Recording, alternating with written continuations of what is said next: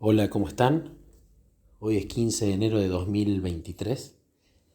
Quiero contar un testimonio que tuvo su culminación ayer. Hace un tiempo, como comenté en testimonios anteriores, vengo meditando la Biblia, siguiendo el consejo de Elena, que la meditación sea con ferviente atención y que esté impregnada de oración. Entonces, mientras medito, charlo con Jesús, y en esas charlas, como ya he mencionado, surgen pecados que confesar, agradecimientos, preguntas, reflexiones, pedidos, surgen cosas que antes uno no veía.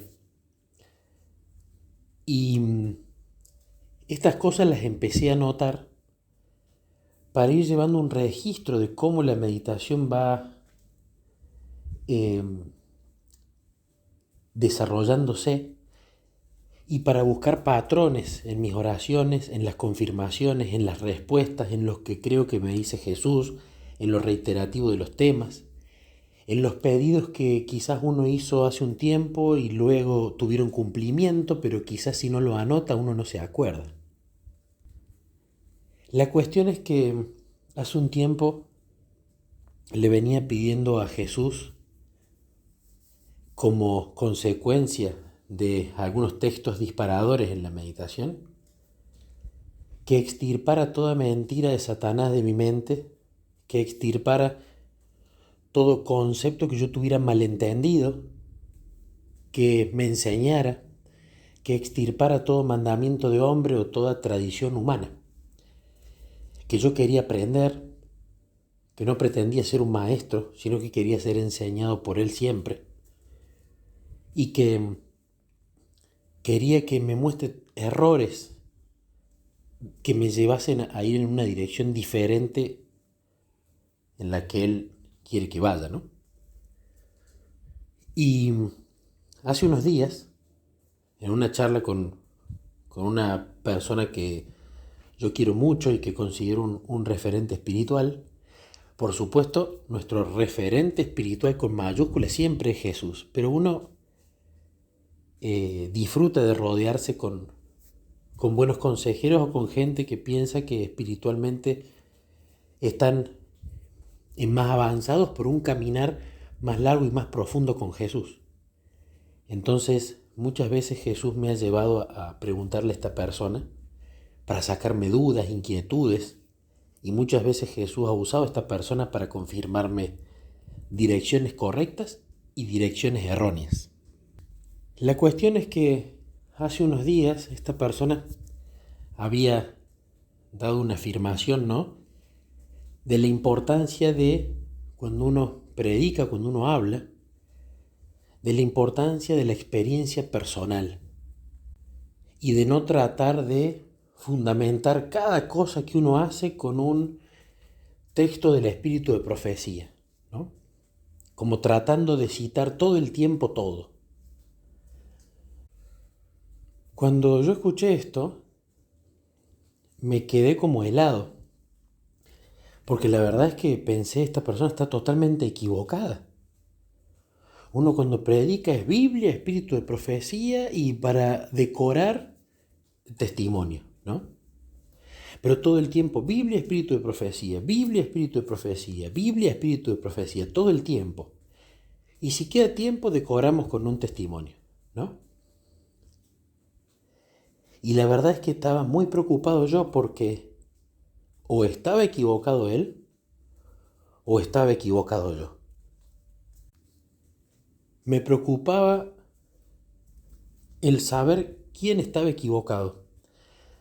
Porque si estaba equivocado él, los caminos tenían que separarse porque esto era una ruta que iba hacia el norte y la mía que iba hacia el sur. O la ruta de él que iba hacia el oeste y la mía que iba hacia el este. Eran direcciones opuestas. Y si estaba equivocado yo, me preocupaba la dirección en la que estaba yendo. Así que cuando terminé de escuchar esto le dije a Jesús, Jesús, si yo soy el equivocado, quiero que me lo reveles.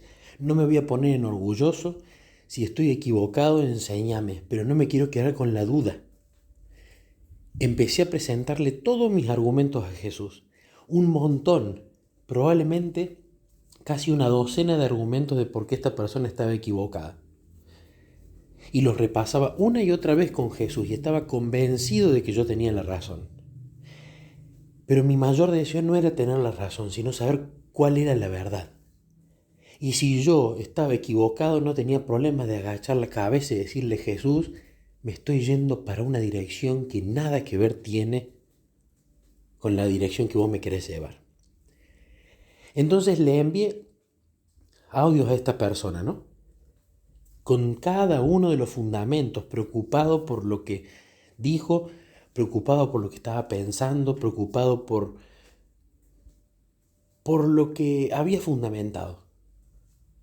Y le mandé los audios y yo estaba preocupado. Ese día estuve como estupefacto. Era un día donde sentía que estaba parado y tenía que decidir si iba a la izquierda o iba a la derecha, pero iba a hacer toda la diferencia ir en una u otra dirección.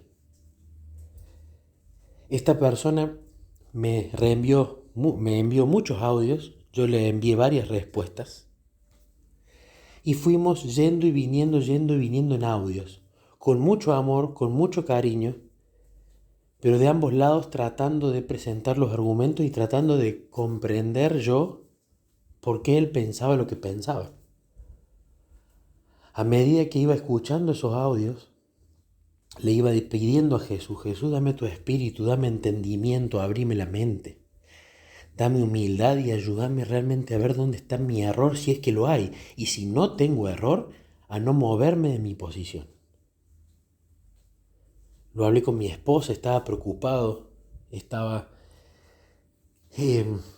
raro ese día. Por un lado tenía la esperanza de que finalmente Jesús me iba a mostrar el camino correcto.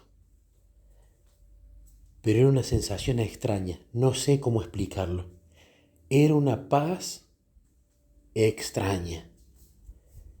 Era una paz donde había confianza en que Jesús me iba a conducir por el lugar correcto. La cuestión es que más allá de que charlamos y recibí sus argumentos y empezaron a haber clics en mi cabeza y a pensar: no está tan desacertado, No está tan desacertado lo que dice. La cuestión es que pasó y vino el sábado, pasamos un lindo sábado con mi esposa, en la naturaleza, leyendo mucho el Camino a Cristo.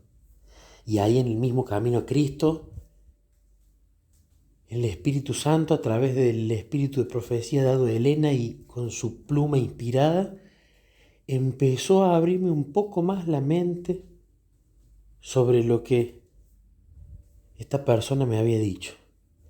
Y empezó como a aparecer un pequeño rayito de luz, como le pasó a Nicodemo.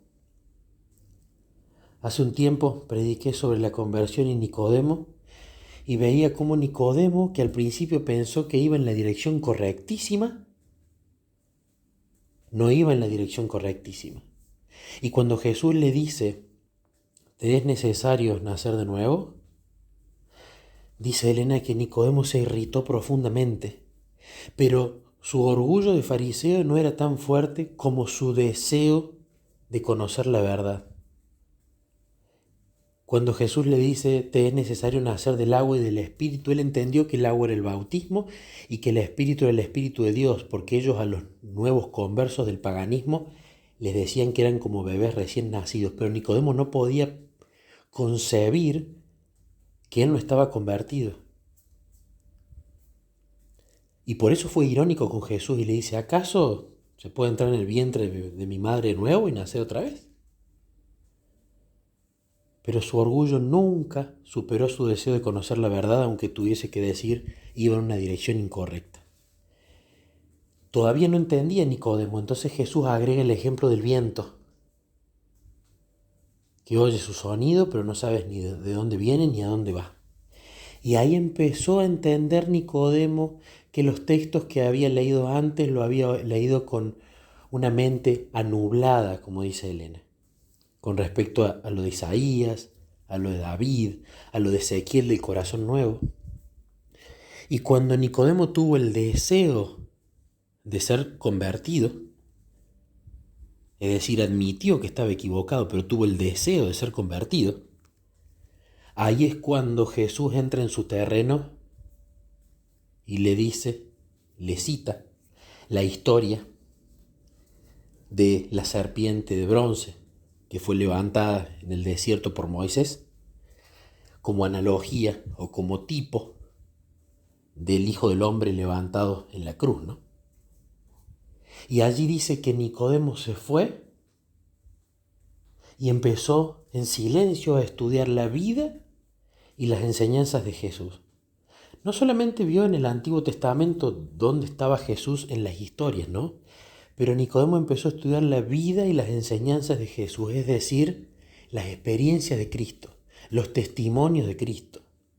No necesariamente solo los escritos está, sino también lo que Jesús hacía, que todavía no estaba escrito, sino que fue una tradición oral y que él fue un testigo ocular y también un testigo por la tradición oral. Yo en cierto sentido me sentía como Nicodemo. Entendía que mi vida había cambiado, que yo había sido convertido. Pero entendía que aquí Jesús tenía que abrirme los ojos porque yo estaba creyendo una cosa que no era. Primero lo usó a este hermano. Luego utilizó el camino a Cristo para seguirme dando estos rayitos de luz que penetraran en mi mente, que quizás estaba siendo una mente terca, pero que tenía el deseo de quiero conocer la verdad, no me importa admitir que estoy equivocado, yo quiero saber lo correcto. Cuando terminó el día, que fuimos a la habitación con mi esposa, después de pasar ese lindo sábado allí en la naturaleza, resulta que le comenté a mi esposa que estaba teniendo como una especie de mayor entendimiento y que lo que me había dicho este hermano tenía sentido y le empecé a citar para qué. Y mi esposa me dice, te quiero leer algo de Palabras de Vida del Gran Maestro. Ella está leyendo ese libro. Y lo que ella me leyó tenía que ver con la parábola del sembrador. Que el sembrador tira la semilla, pero que su trabajo termina en tirar la semilla, no en tratar de hacerla germinar o a ver qué puede hacer él para que esa semilla crezca. No, porque allí se mete en terreno del Espíritu Santo. El que hace esa parte es el Espíritu Santo, no el sembrador. El sembrador solamente tiene que tirar la semilla. Ella no se dio cuenta, ella me quería decir en realidad otra cosa. Pero cuando leyó esa parte, a mí me dio un flechazo en el corazón y tuve la convicción de que Jesús me decía, ahí estás vos, ahí tenés tu respuesta. ¿Cuál fue la reflexión? Yo, cuando comencé a predicar, por allá aproximadamente hace 2 años, mi primer sermón fue sobre Judas. Y ese sermón nació de meditar con Jesús el capítulo de Judas del deseado de todas las gentes. Cuando leí que Judas amaba a Jesús, deseaba estar con él, había entendido su pecaminosidad, quería cambiar su carácter y sabía que tenía que ser cambiado mediante una relación con Jesús, yo pensé, Jesús, Judas entendió todo. ¿Qué le pasó? Entendió todo el Evangelio, que es una relación, que el carácter viene cambiado por esa relación. Te amaba, te seguía, deseaba estar con vos. ¿Qué le pasó? Y al empezar a meditar me di cuenta que Judas no había sido sincero, que no había abierto su corazón el 100%. Y Jesús sabía eso e intentó por todos los medios a que él confiese, a que él confiara en él. Y Judas no lo hizo. Cuando hice esa meditación armé un sermón, conté mi testimonio y conté las reflexiones de esa historia. Ese sermón cavó hondo en el corazón de la gente que lo escuchó. Muchas personas terminaron llorando y una hermana a los días me escribió y me dijo que le había quedado en la cabeza dando vueltas el sermón. Si le podía pasar por favor los textos del Espíritu de Profecía de la Biblia donde estaban todas las conclusiones a las que yo había llegado. Y la verdad es que yo no tenía los textos de la Biblia o del Espíritu de Profecía, porque eso nació de una meditación con Jesús. Luego de eso fui a rastrear todos los textos de la Biblia y del espíritu de profecía y empecé a ver, para mi asombro, que todas las reflexiones que yo había tenido acerca de eso realmente ya estaban escritas en los libros de Elena de White y que las conclusiones que yo había llegado en oración y en meditación ya estaban escritas por Elena. Y eso me dio mucha paz porque me di cuenta que esa meditación fue dirigida por el Espíritu y además me dio gozo el saber que había evidencia de que eso era correcto. Entonces a esta hermana que luego de escuchar el testimonio y el sermón vino y me preguntó, le pude dar esa evidencia y ella se puso contenta de tenerla. Y yo también, porque la había encontrado. ¿Qué pasó de allí en adelante? Yo siempre que tenía que predicar, nunca predicaba de algún tema de estudio. Siempre predicaba en base a la práctica y a la experiencia que yo tenía en la relación con Cristo. Entonces toda predicación se basaba en algunos testimonios que luego eran fortalecidos con Biblia y espíritu de profecía. Pero a medida que fue pasando el tiempo, yo empecé a cambiar. El porcentaje de tiempo del testimonio en el púlpito empezó a descender y el porcentaje de texto bíblico del espíritu de profecía empezó a aumentarse.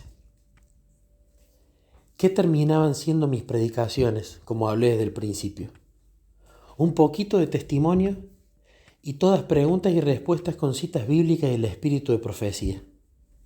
La predicación se empezó a convertir más en un estudio bíblico que en contar cómo Jesús había cambiado mi vida, utilizando ocasionalmente por allí y por aquí la Biblia y el espíritu de profecía.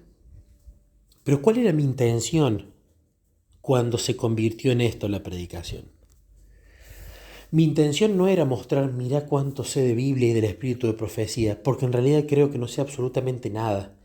Y tampoco nunca fue un deseo en mi corazón ser un teólogo o un erudito o un conocedor que recita de memoria la Biblia y el espíritu de profecía, porque sé que eso de poco vale. Lee Benden, el hijo de Morris Benden, antes de convertirse, él ganaba trivias bíblicas y concursos bíblicos. Sabía las doctrinas de memoria, los textos de memoria, pero no tenía una relación con Jesús. Entonces nunca me interesó eso. Me fui al balcón de la habitación donde estábamos con mi esposa y me puse a hablar con Jesús. Jesús, acá está el error, acá está mi error. Yo cuando hago esto de justificar cada cosa con la Biblia y el espíritu de profecía, lo hacía con el afán que la gente que escuchara no dudara. ¿Dudás de la meditación bíblica? Acá está. ¿Dudás de que Dios impresiona la mente? Acá está. ¿Dudás de esto? Acá está. Tenía las mejores intenciones yo.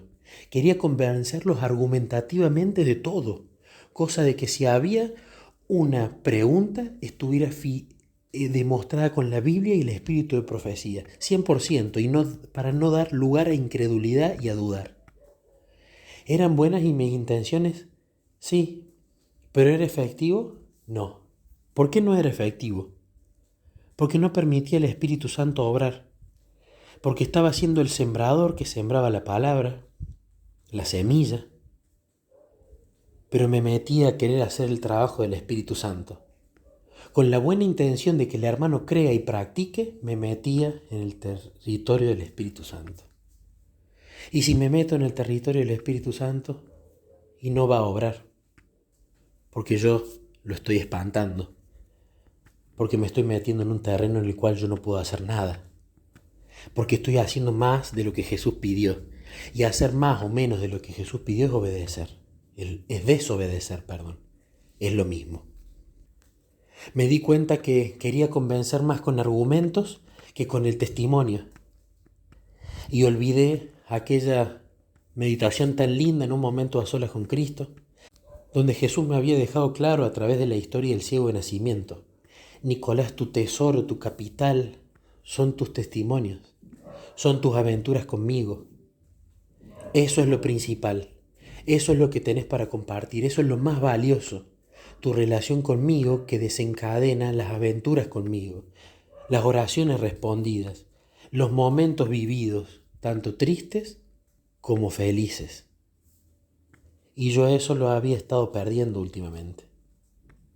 Estaba de repente yéndome para un lado de esa línea tenue en la cual uno tiene que estar caminando siempre, ni irse al lado del fariseísmo que únicamente se dedicaba al estudio de la Biblia y el saber, ni irse al otro lado donde la experiencia es lo único que vale y sacamos del lado de la Biblia y sacamos del lado del espíritu de profecía. Hay que caminar al medio. Y yo me di cuenta de ese error. Me di cuenta que muchos audiolibros que había grabado era para tratar de convencer con la buena intención de que la gente crea, pero eso no funciona.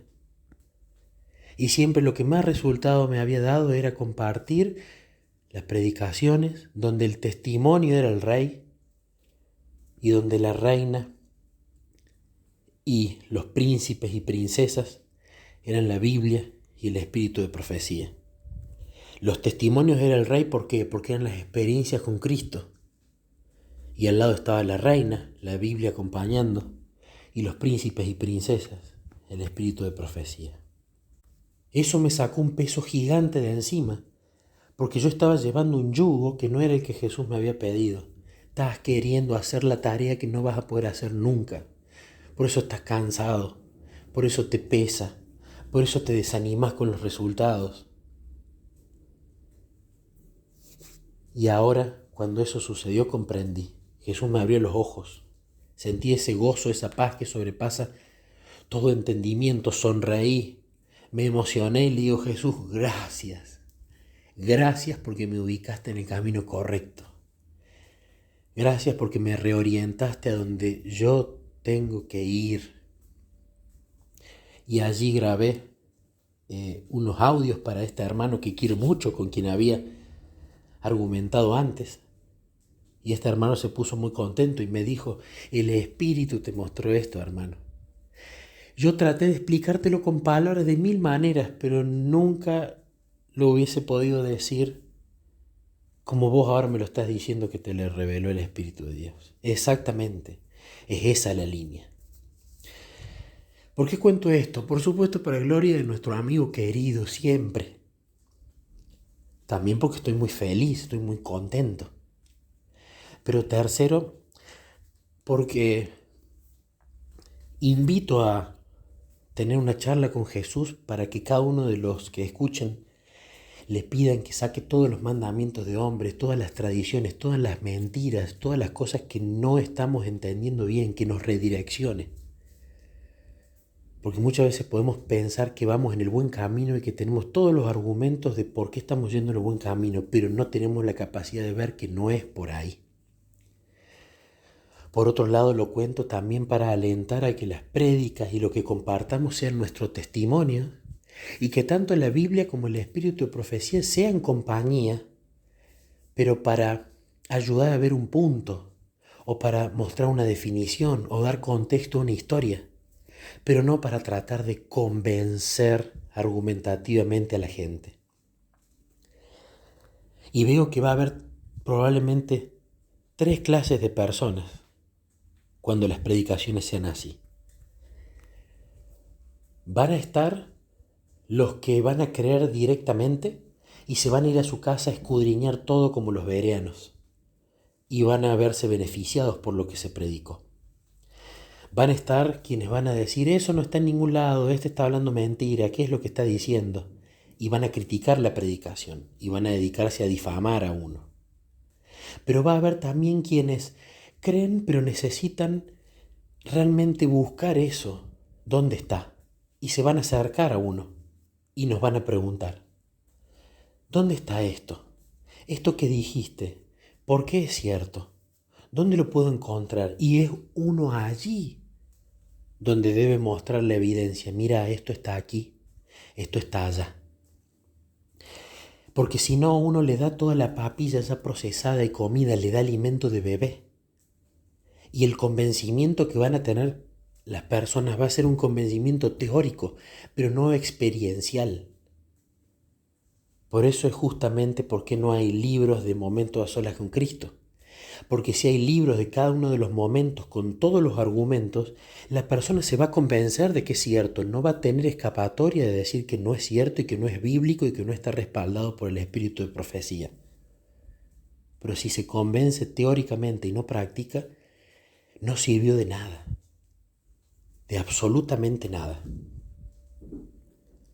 Por otro lado, empecé a recordar un montón de historias en las cuales no había visto que Jesús ya había hecho esto.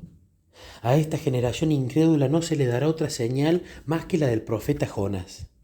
Jesús no le hizo un estudio bíblico de por qué era la señal del profeta Jonás, cuál fue su significado, dónde había referencias cruzadas, cuál era el significado de ese tipo con el antitipo. No, porque tenían que ir ellos con sinceridad y escudriñar eso para conocer qué es lo que Jesús quería decirles allí. Los que no estaban interesados no iban a ir, no les iba a importar. Pero los que sí estaban interesados sí iban a ir.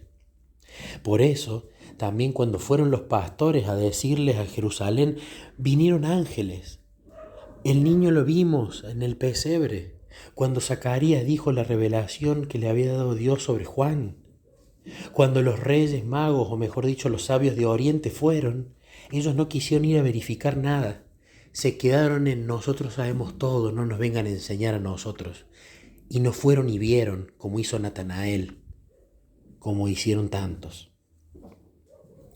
Con Nicodemo pasó exactamente lo mismo. Jesús no le explicó todo a Nicodemo, sino que le dejó la materia prima, vaya y busque, Nicodemo. Y le dio como puntapié, como disparador, la historia de la serpiente levantada en el desierto. Nicodemo luego fue a escudriñar las escrituras y a ver la vida de Jesús. Y allí descubrió todo. Hizo el esfuerzo. Entonces yo también me estaba equivocando en eso, en querer darle la papilla a la gente. No. Yo te cuento mi testimonio como anzuelo de que veas lo maravilloso que es la vida con Jesús.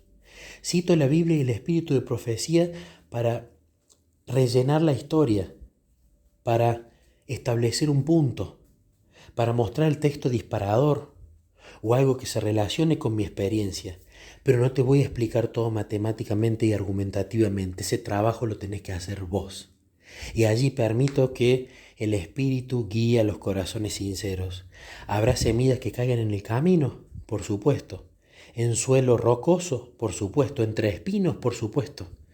Pero si hay suelo fértil y uno no se mete en el terreno que es el Espíritu Santo, vamos a tener la certeza de que el Espíritu, ese corazón, a su tiempo, va a llevarlo a escudriñar y a practicar y a ver con sus propios ojos.